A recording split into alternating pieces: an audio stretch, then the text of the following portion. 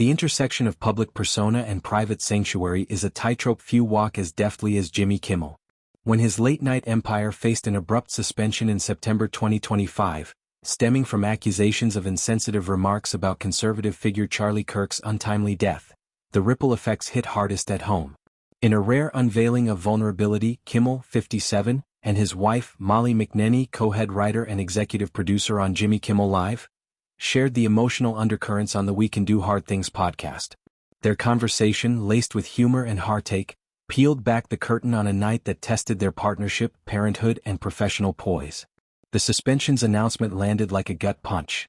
Accused of crossing lines in a monologue segment, remarks deemed tone-deaf amid national mourning, Kimmel's show halted indefinitely, thrusting the family into uncertainty.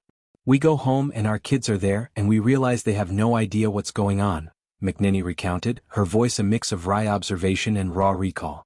The couple, married since 2013 and parents to Jane, 11, and Billy, 8, retreated to their Los Angeles haven, phones erupting with alerts while normalcy hung by a thread.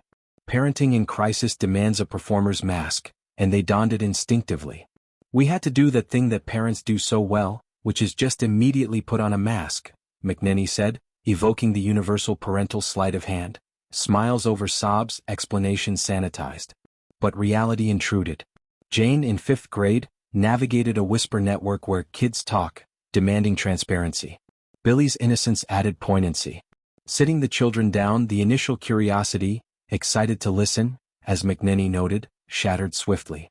Jane immediately burst into tears, clutching her beloved Labubus dolls, blurting, "I'll sell my Labubus."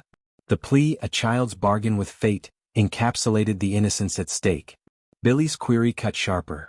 Is President Donald Trump behind the suspension? The question, innocent yet loaded in a polarized America, froze the room. "We looked at each other and we didn't quite know how to answer that question," McNearney admitted. Kimmel, ever the straight shooter, confirmed it, navigating the minefield of politics in pint-sized terms. This moment highlighted the era's tensions. Late-night comedy as battleground, where satire skirts sedition. Kirk's death, a flashpoint for conservatives, amplified scrutiny on Kimmel's liberal-leaning barbs, turning jest into jeopardy. Amid the turmoil, optimism was a fragile shield. The parents still upheld the belief for their kids that the show would come back, although they weren't so sure themselves, McNearney revealed. Privately, doubt loomed. "Jimmy and I both believed that night the show was never coming back." The admission lays bare the precarity of their world. Networks' whims, advertisers' pull, cultural shifts. Yet, vindication came swiftly. The show resumed within a week, a testament to Kimmel's draw and ABC's calculus. McNearney's dual role intensified the stakes. As creative linchpin, she scripted the monologues that sparked the firestorm, blending empathy with her family's frontline exposure. Their partnership, forged in Hollywood's grind, thrives on candor, late-night brainstorms yielding Emmy gold.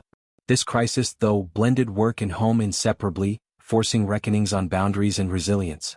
Kimmel's career, from the man show provocateur to Oscar host staple, has weathered storms, health scares, political vitriol, pandemic pivots. But this familial lens reframes him, not as unflappable host but fallible father. The podcast exchange, hosted by Glennon Doyle, amplified their humanity, sparking fan deluges of support. It underscores late night's evolution, from Carson's charm to Colbert's edge, where humor heals divides yet invites ire. For the Kimmels, normalcy returned laced with lessons. Jane's dolls remain unsold, Billy's questions evolve, and the family bonds tighter. McNearney's mask, once a shield, now yields to openness, therapy sessions, family rituals fortifying them. As Kimmel broadcasts anew, its monologues tempered yet trenchant, the couple emerges wiser. In vulnerability's light, they remind, even in suspension's shadow, love and laughter endure.